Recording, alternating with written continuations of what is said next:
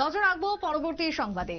ফের নিফটি এবং শেয়ারের ক্ষেত্রে ধস, শেয়ার বাজারে ধস নামলো, কিন্তু কেন টানা 5বার পরপরে এই ধস নামার পেছনে কারণ কি? এই মুহূর্তে লগ্নিকারীদের কপালে চিন্তার ভাঁজ ঢুকছে প্রায় সমস্ত সংস্থার স্টক, যেটা দেখা যাচ্ছে আজকের দিনে দাঁড়িয়েও টানা 5 সেশনে পড়লো শেয়ার বাজার। কথা বলবো, টেলিফোন লাইনে রয়েছেন প্রতিনিধি শতাব্দী দেবনাথ। শতাব্দী, কেন এই অবস্থা? সেন্সেক্স এবং নিফটি সূচক কেন নামছে বারবার?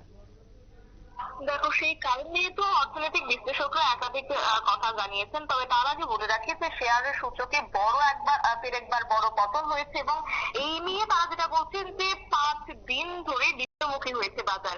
প্রায় 1000 পয়েন্ট করেছে সেন্সেক্স এবং নিফটি নেমেছে 300 পয়েন্টেরও বেশি, যার জেরে লগ্নিকারীদের এই মুহূর্তে অনেকটাই মাথায় হাত। আর সূচক দ্রুত ঘুরে দাঁড়ালে কার্যত লোকসানের অঙ্ক যে লাফিয়ে লাফিয়ে বাড়বে সেটা আর বলার অপেক্ষা রাখে না।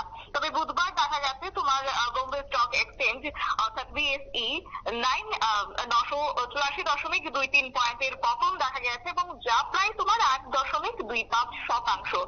আর এই দিন হচ্ছে তোমার বাজার বন্ধ হওয়ার পর কার্যত 77,690.95 পয়েন্টে গিয়ে দাঁড়িয়েছে সেন্সেক্স।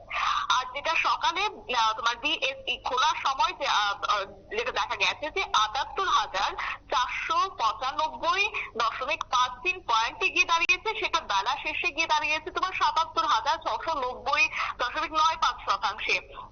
এবং শেয়ার সূচক পতনের একই ছবি দেখা গেছে ন্যাশনাল স্টক এক্সচেঞ্জেও, অর্থাৎ সেক্ষেত্রে এনএসই তে।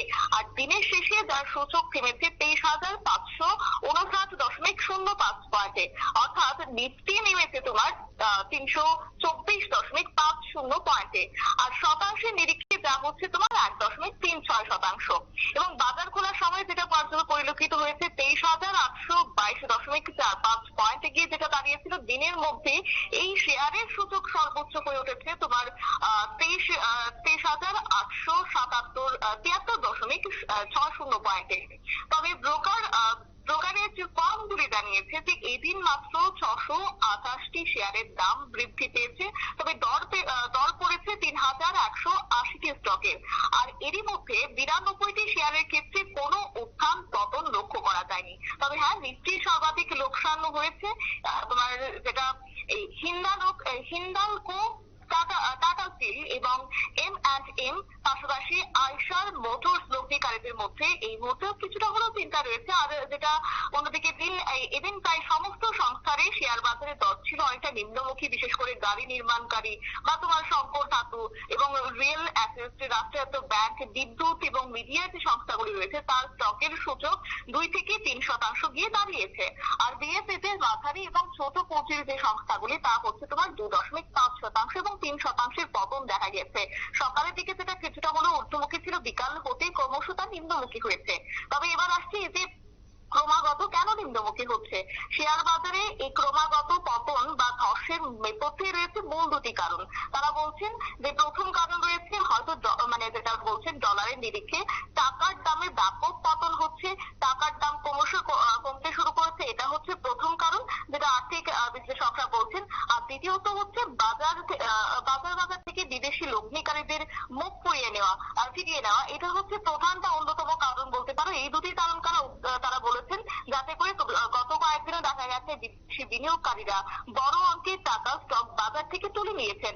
আর এতে করে শেয়ার বাজারে অনেকটাই ধস নেমেছে, আর যার সূচক গিয়ে দাঁড়িয়েছে নিম্নমুখী। এবং আগামী দিনে তারা বলছেন যে আগামী দিনে যদি বিদেশি লগ্নিকারীরা সেক্ষেত্রে শেয়ার বাজারে বিনিয়োগ না করেন তাহলে কিন্তু আরো পতন হতে পারে। সেটা প্রধান এবং অন্যতম কারণ হিসেবেই দেখছেন আর্থিক বিশ্লেষকরা। সুপ্রীতি, বেশ ধন্যবাদ তোমার শতাব্দী। অর্থাৎ এই মুহূর্তে দাঁড়িয়ে বাড়ছে প্রত্যেকটা দিন লগ্নিকারীদের উপর চাপ এবং আতঙ্কে রীতিমতো বাজার অর্থনীতি, কারণ সেন্সেক্স এবং নিফটির ক্ষেত্রে বিরাট পতন টানা 5বার সেশনে। এই যে পতন, এই পতনকে কেন্দ্র করে বিশেষজ্ঞ মহলদের একাধিক বক্তব্য। তবে আন্তর্জাতিক ক্ষেত্রে বাজারে চাপ বাড়ছে এবং তার সাথে যুদ্ধ পরিস্থিতি অন্যতম কারণ হচ্ছে দাম বাড়ার পেছনে, এবং তার সাথে শেয়ারের ধস নামার পেছনে, এমনটাই মনে করছেন একাংশ। ছোট্ট বিরতির পর ফিরে আসবো, সঙ্গে থাকুন।